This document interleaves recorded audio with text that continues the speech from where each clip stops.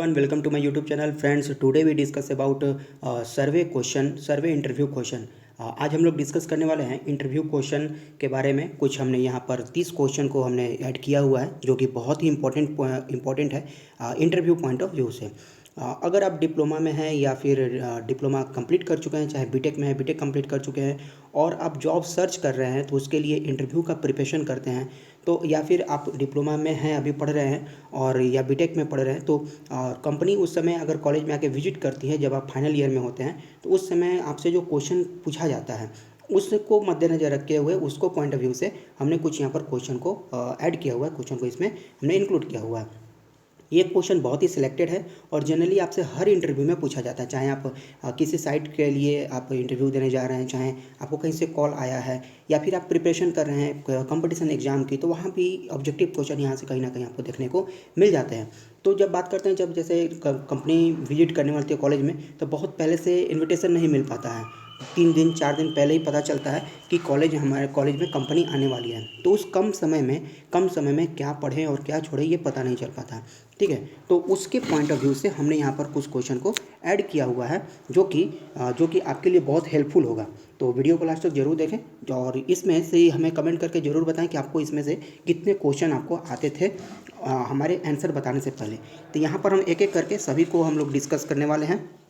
तो स्टार्ट करते हैं आज का वीडियो ज़्यादा टाइम वेस्ट ना करते हुए. अगर आप चैनल पर नए हैं तो चैनल को ज़रूर सब्सक्राइब कर लें इस तरह की वीडियोस को और भी देखने के लिए.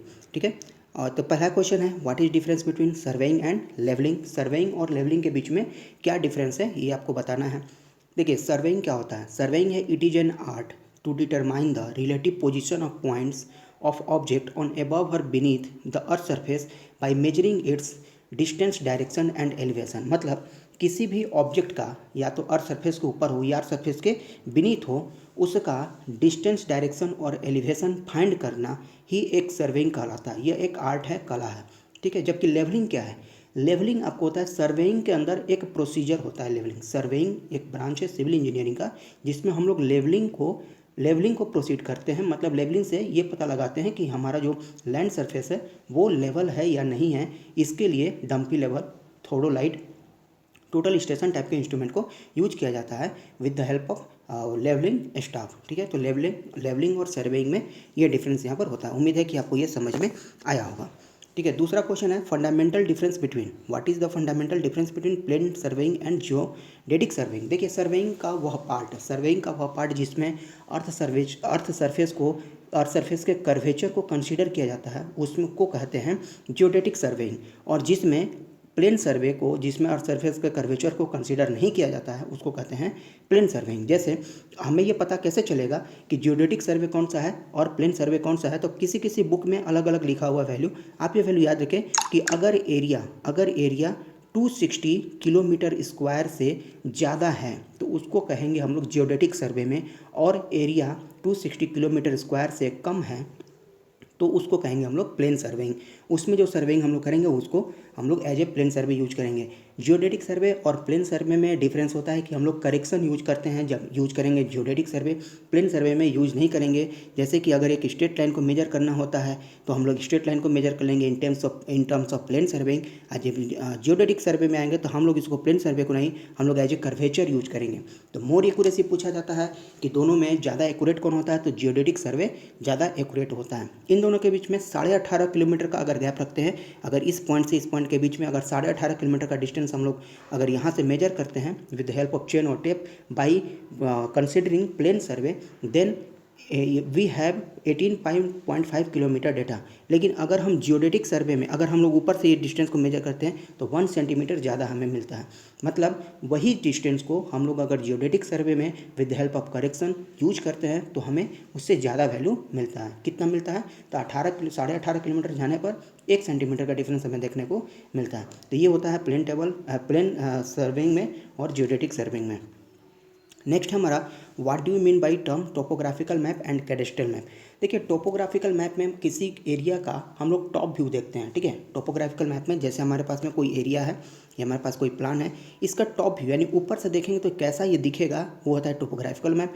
कैडेस्ट्रल मैप होता है कि किसी भी एरिया की बाउंड्री लाइन इसमें फाइंड आउट किया जाता है, यानी कि जो भी हमारे पास में किसी स्टेट का एरिया है, इसकी बाउंड्री लाइन कहाँ कहाँ से है, तो उस बाउंड्री लाइन बनाने की जो प्रक्रिया होती है उस मैप को हम लोग कहेंगे कैडेस्ट्रल मैप। और किसी भी एरिया का जो टोपोग्राफिकल मैप होगा, मतलब टॉप व्यू जो होगा ऊपर से देखने पर वो पार्टिकुलर एरिया कैसा दिखेगा, उसको कहेंगे कि टोपोग्राफिकल मैप के लिए, ठीक है। What is the principle of surveying, principle क्या है सर्वेइंग का, सर्वेइंग का प्रिंसिपल क्या होता है, तो इसके बारे में सर्वेइंग का जो प्रिंसिपल होता है, सर्वेइंग के प्रिंसिपल के बारे में कहा जाता है कि दो तरह के होते हैं, working from whole to part and working from part to whole.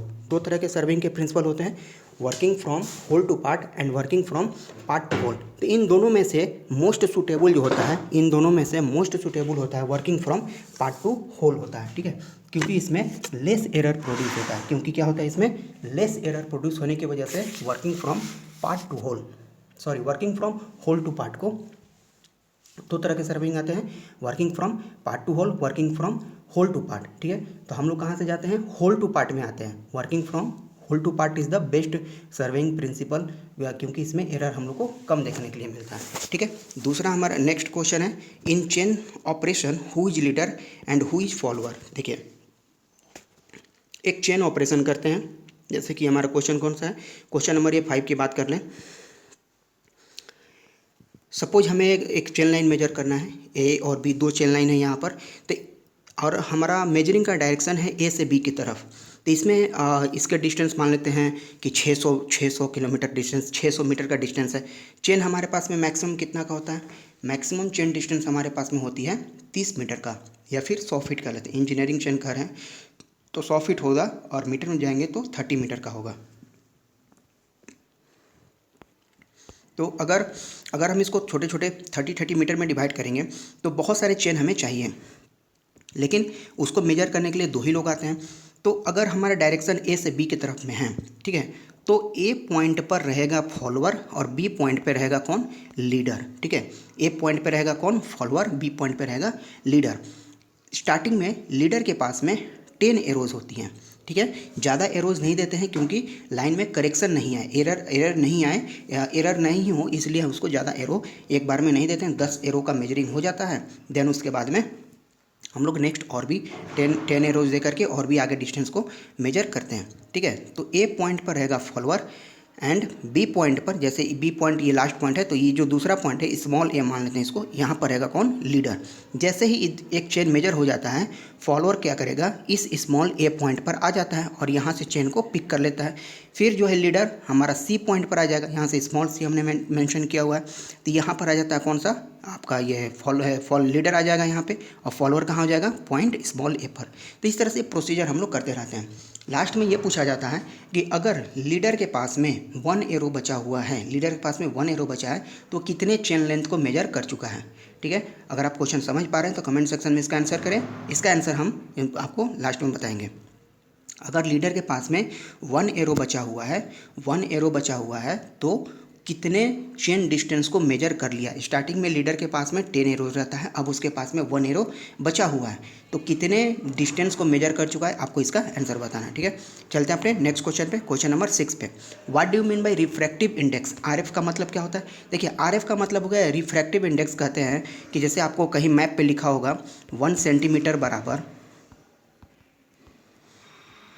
500 metre, ठीक है, 1 सेंटीमीटर बराबर 500 मीटर लिखा हुआ है। ये एक स्केल का एक स्केल का पैमाना होता है, स्केल को हम लोग इस तरह से डिनोट करते हैं। तो इस वैल्यू को सेम यूनिट में बदलना रिफ्रैक्टिव फ्रैक्शन कहलाता है। अगर सेम यूनिट में बदलेंगे क्या लिखेंगे, एक ऊपर लिखेंगे, और 500 जो मीटर में है इसको हम लोग किस में कन्वर्ट कर देंगे, सेंटीमीटर में। सेंटीमीटर में कन्वर्ट करने के लिए क्या करेंगे, 100 से मल्टीप्लाई, यानी कि 1/5 1 2 3 4 0 लगा दिए, तो ये बन गया किसकी वैल्यू, ये बन गया हमारा आर की वैल्यू। मतलब कह सकते हैं वन लाइन में कि convert into same unit is known as refractive index, ठीक है। ये आपका हो गया RF की वैल्यू। नेक्स्ट है what is difference between plain scale and diagonal scale. Plain scale में 2 डायमेंशन में वैल्यू को मेजर करते हैं, जबकि डायगोनल स्केल में 3 डायमेंशन में वैल्यू को मेजर करते हैं। बस यही है। How many ranging rods are required to range a line. एक लाइन को रेंज करने के लिए कितने रेंजिंग रॉड की आवश्यकता पड़ने वाली है। देखिए, लाइन को रेंज करने का मतलब क्या होता है कि एक सीधी रेखा मेंशन करना।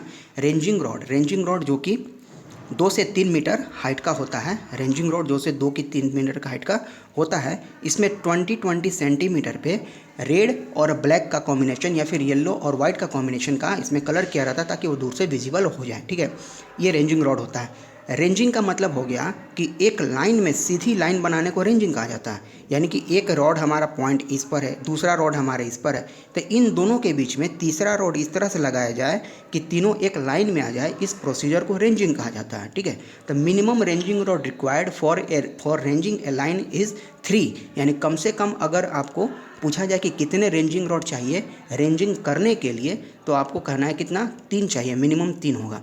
दो पॉइंट के बीच में लाइन हमेशा सीधी होती है। ठीक है, चाहे कहीं भी 2 पॉइंट हो, लेकिन तीसरी पॉइंट आपको कहाँ डालनी है वही करना ही रेंजिंग कहलाता है। ठीक है, तो इसके लिए आंसर कितना हो जाएगा, मिनिमम रेंजिंग रॉड हो जाएंगे कितने, 3 हो जाएंगे to range a line. Next है describe different types of chain and their component.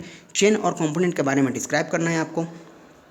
Chain क्या होता है, तो चेन लीनियर डिस्टेंस को मेजर करने के लिए यूज में आने वाला चीज़ होता है चेन। और ये 2 टाइप के होते हैं, मैट्रिक और नॉन मैट्रिक। मैट्रिक में 20 मीटर और 30 मीटर के चेन होते हैं। नॉन मैट्रिक में होता है आपको इंजीनियर चेन, गंटर चेन और surveyor chain. Engineer chain 100 feet का होता है, गंटर चेन 66 फीट का होता है, सर्वेयर और रेवेन्यू चेन जो होता है, तीसरा भी चेन होता है रेवेन्यू चेन, वो होता है 33 फीट का लंबाई का। ठीक है, इसके जो कंपोनेंट है, तो चेन में जो कंपोनेंट कौन कौन से होते हैं, इसके हैंडल होते हैं चेन, जैसे कि लास्ट में आपको लग रहेंगे कौन सा, इसके हैंडल रहेंगे। हैंडल के बाद से यहाँ पर एक पाइवोट रिंग रहता है, इससे जुड़ा हुआ कड़ी रहता है। जितने भी रिंग्स रहते हैं आपस में एक दूसरे से कनेक्टेड रहते हैं। ठीक है, तो रिंग्स होते हैं। रिंग्स की जो एक लेंथ होती है रिंग्स की, और लंबाई जो होती है एक लिंक का, उसको कह सकते हैं लिंक बोलते हैं इसको, वो 20 सेंटीमीटर होगा in case of metric chain.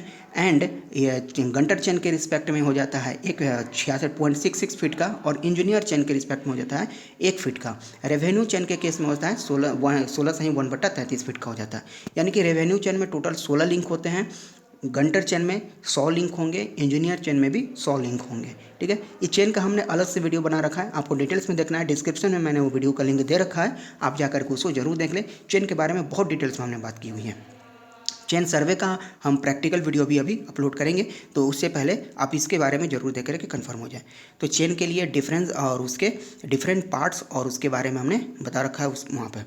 ठीक है, नेक्स्ट हमारा क्वेश्चन है what is the principle of chain surveying. देखिए, चेन सर्वेइंग का प्रिंसिपल क्या होता है। प्रिंसिपल ऑफ चेन सर्वेइंग है कि ट्रैंगुलिज्म का ट्रैंगुलेशन होता है। यानी कि चेन सर्वेइंग से हम लोग ट्रैंगुलेशन फॉर्म करते हैं और वहाँ से एरिया को कैलकुलेट करते हैं। तो इसका जो आंसर होगा क्या होगा, triangulation. Principle of plane table survey क्या होता है। प्लेन टेबल सर्वे का प्रिंसिपल होता है पैरेललोरिज्म का, यानी कि पैरेलल होना, सभी लाइन स्टेशन से पास करनी चाहिए। इसके जो प्रिंसिपल होते हैं वो पैरेललिज्म का होता है। डिटेल्स में बात करेंगे प्लेन टेबल वाले में, उसका भी वीडियो का लिंक हमने दे रखा है, आप जरूर देख लो उसको।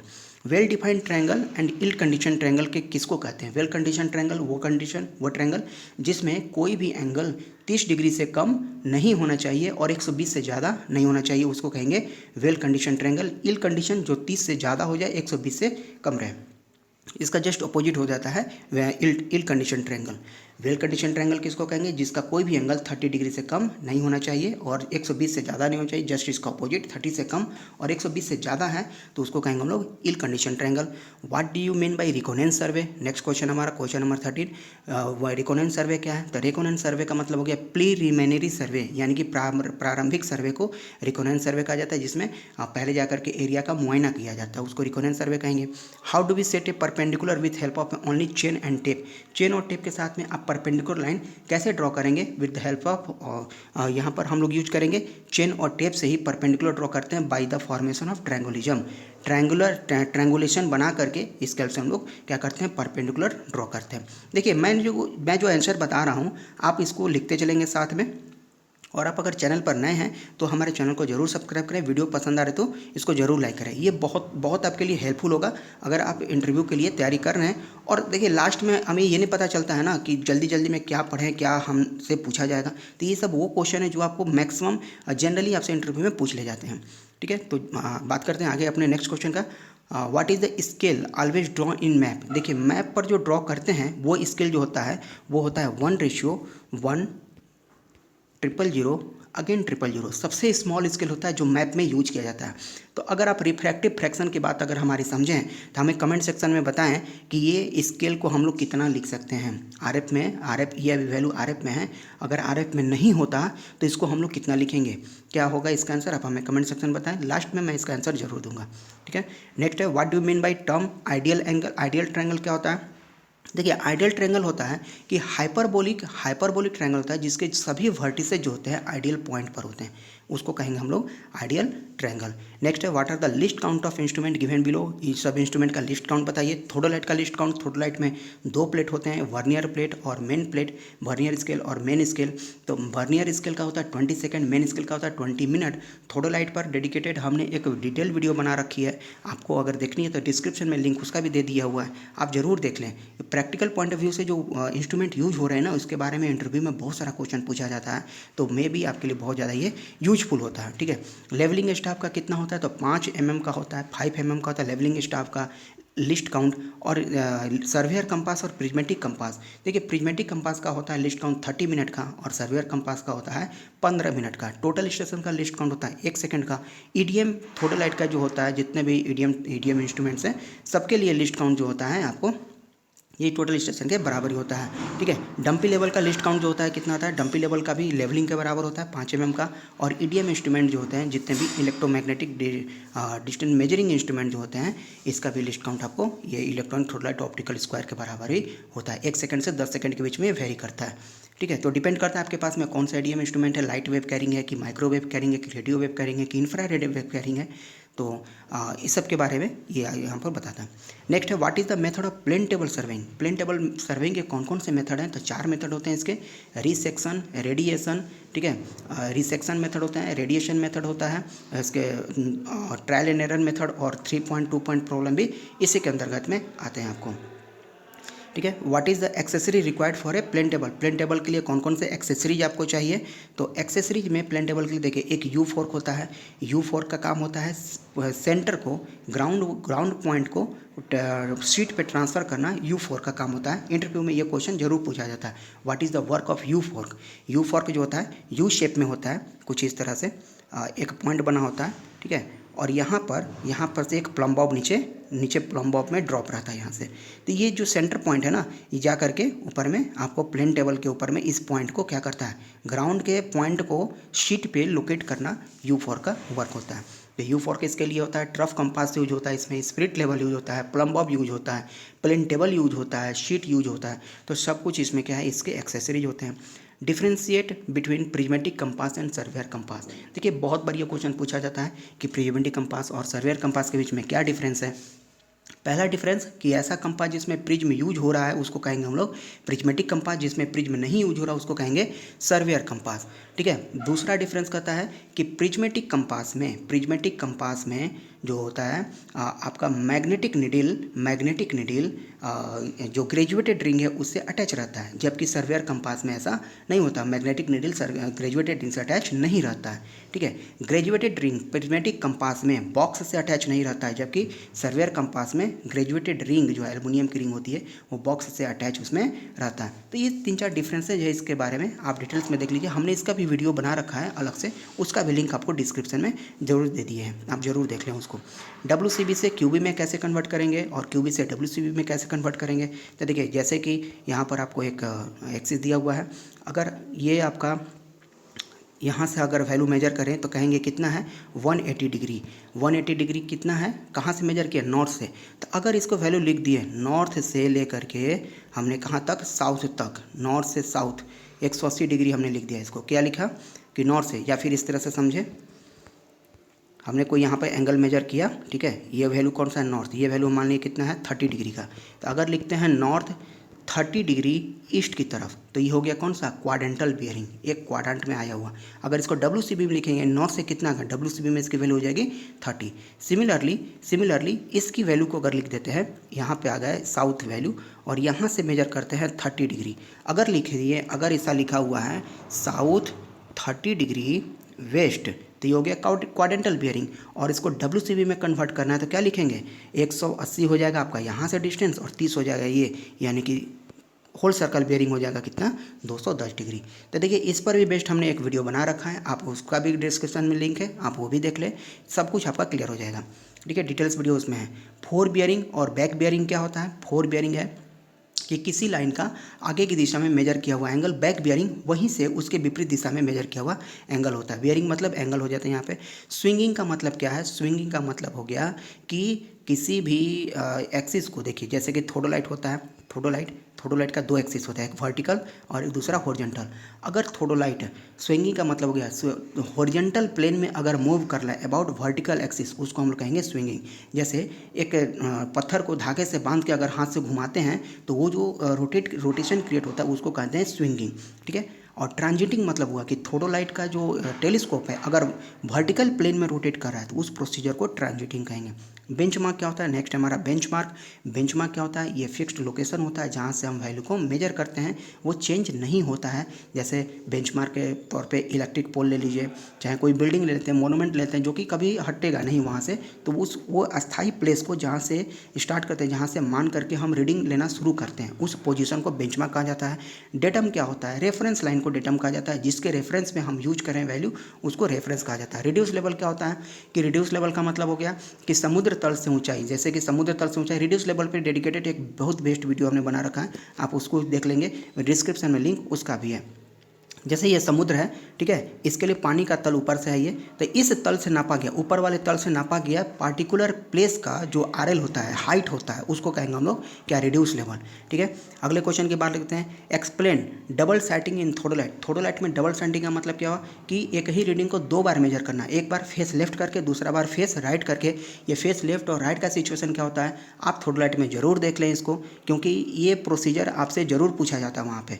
कैसे चेंज होता है हमने वीडियो में बता रखा है, डिटेल्स वीडियोस के बारे में बता रखे हैं, डिस्क्रिप्शन में लिंक उसका भी आप जरूर देख लेंगे। एजीमथ है, टूनियन एक्सिस क्या होता है, टनियन एक्सिस। एजूमथ हो गया कि एजूमथ कहेंगे, देखिए वर्टिकल एक्सिस को हम लोग कहेंगे क्या, एजूमथ। अगर यहाँ से डिग्री हम लोग मेंशन कर रहे हैं, ठीक है, तो वर्टिकल एक्सिस को हो गया एजूमथ। और टूनियन हो गया कि हॉरिजॉन्टल प्लेन में मेजर किया हुआ एंगल को टूनियन एक्सिस कहेंगे, यानी कि इसको वर्टिकल एक्सिस को एजूमथ एक्सिस कहते हैं और हॉरिजॉन्टल एक्सिस को कहेंगे टूनियन एक्सिस। ठीक है, दूसरा है, नेक्स्ट है, what do mean by four side, back side and intermediate side. अगर किसी का रीडिंग हमने लिया, अगर आपने rise and fall method, height of instrument method पढ़े होंगे, तो यहाँ पर आपको याद होगा टेबल बनाते थे बैक साइड, इंटरमीडिएट साइड और फोर साइड का।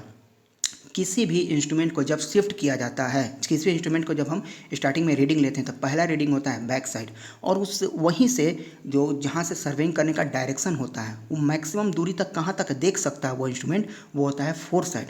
लेकिन ज़्यादा दूरी होने की वजह से कैलकुलेशन में एरर ना है, इसलिए बीच में भी रीडिंग लेते हैं, तो उस रीडिंग को कहा जाता है कौन सा, इंटरमीडिएट साइड। सपोज के लिए जैसे कि यहाँ पर हमने कोई हमने डंपी लेवल स्टेशन लगा रखा है, ठीक है, तो यहाँ से पहली बार सपोज हमारा ग्राउंड लेवल इस तरह से, पहली बार जो हमने रीडिंग लिया कहाँ से, बेंचमार्क पर ली गई रीडिंग, सपोज ये बेंचमार्क है, तो ये हमारा हो गया कौन सा, बैक साइड का रीडिंग। ठीक है, ये एक्सिस मान लेते हैं, ये इस डायरेक्शन में, इसको घुमा के, इसको चेंज नहीं किया, घुमा करके मैक्सिमम दूरी देख सकने की इसको क्षमता है, इस पॉइंट पर है, इसको कहेंगे कौन सा, फोर साइड। लेकिन ये डिस्टेंस ज़्यादा होने की वजह से कैलकुलेशन में एरर ना है, इसलिए हम लोग बीच बीच में भी रीडिंग लेते रहते हैं, तो इसको बीच वाले रीडिंग को कहेंगे क्या, हम इंटरमीडिएट साइड। दोस्तों आपको ये वीडियो अच्छी लग रही है तो वीडियो को ज़रूर लाइक करें, चैनल को सब्सक्राइब करें। और हमने इस वीडियो में 30 क्वेश्चन हमने बता रखे हैं, और आपको अगर और भी इस पर क्वेश्चन जानने हैं तो हमें कमेंट करें, हम इसके दूसरा पार्ट भी जरूर लेकर के आएंगे। ठीक है, लास्ट क्वेश्चन हमारा, define open traverse and close traverse. Open traverse मतलब ये, ट्रावर्स का मतलब हो गया connected of lines. Open traverse हमारा इस तरह से भी हो सकता है या फिर इस तरह से भी हो सकता है, ओपन ट्रावर्स जो कि बंद नहीं हो। ठीक है, क्लोज ट्रावर्स हो गया कि ऐसा ट्रावर्सिंग जो कि हमारा क्लोज लाइन को बंद करता हो, उसको कहेंगे कौन सा, क्लोज ट्रावर्स। देखिए कि जैसे ये हमारे पास में ये क्लोज टावर्स हो गया, ठीक है, जो लाइन बंद हो जाती है क्लोज टावर्स हो जाता है। तो आज के वीडियो में इतना ही, मिलते हैं नेक्स्ट क्लास में। अगर आपको इसका दूसरा पार्ट चाहिए तो आप हमें कमेंट सेक्शन में बताएं, हम इसके लिए दूसरा पार्ट भी लेकर के आएंगे। और बात कर लेते हैं क्वेश्चन का, जो हमने RF का क्वेश्चन पूछा था वो हो जाएगा 1 mm बराबर 1 किलोमीटर। किसको किसको ये आंसर सही है हमें ज़रूर बताएं कमेंट सेक्शन में। मिलते हैं नेक्स्ट क्लास में। अगर आपको इसका PDF चाहिए, इसका आंसर का डिटेल्स PDF चाहिए तो हमें मैसेज करें, हम आपको ज़रूर भी उपलब्ध कराएंगे। ठीक है, मिलते हैं नेक्स्ट क्लास में।